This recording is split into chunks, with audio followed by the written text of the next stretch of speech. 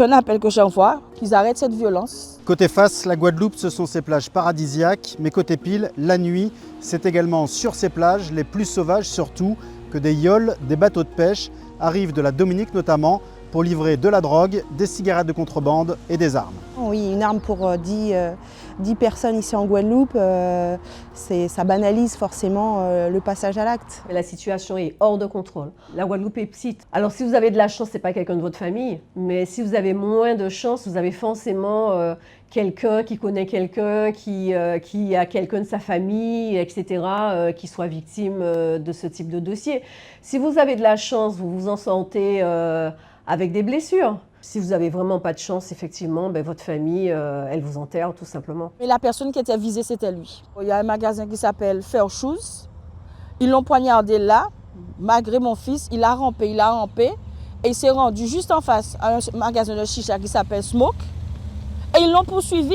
Si le propriétaire n'avait pas baissé les rideaux, ils étaient vraiment acharnés sur lui. C'est pour vous dire qu'ils voulaient en finir avec mon fils, malheureusement.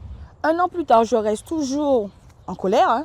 Je sais que je ne reverrai plus mon fils, mais pour moi, justice doit être faite comme il se doit. Je ne pourrai jamais faire de deuil tant que je ne vais pas entendre que ces gars-là sont arrêtés.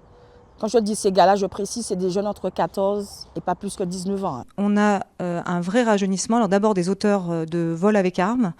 Tous les mardis, ici à Pointe-à-Pitre, se tient un tribunal pour enfants qui dure souvent de 9h à 22h, où sont jugés des très jeunes mineurs par moment, entre 13 et 17 ans, auteurs de braquage, mais aussi de tentatives de meurtre. Il suffit de venir en comparution immédiate pour se rendre compte de la place que ça a pris. Vous savez que normalement, les vols avec armes, c'est un crime, que les tentatives de meurtre, c'est un crime, mais en fait, on en a tellement que on passe tout ça en correctionnalisant. C'est-à-dire que s'il n'y a pas eu de mort, en fait, ça va être jugé très rapidement en comparution immédiate. En Guadeloupe, le taux d'homicide est près de 9 fois plus important qu'en métropole.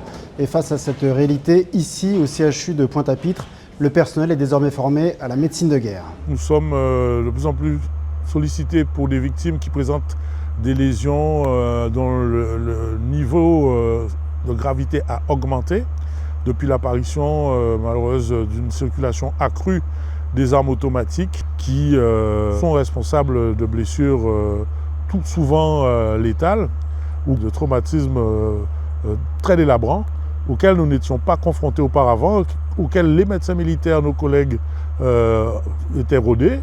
Nous avons préparé nos équipes à ces principes et nous formons nos étudiants en médecine d'urgence et en médecine de catastrophe au principe d'accueil des victimes de guerre.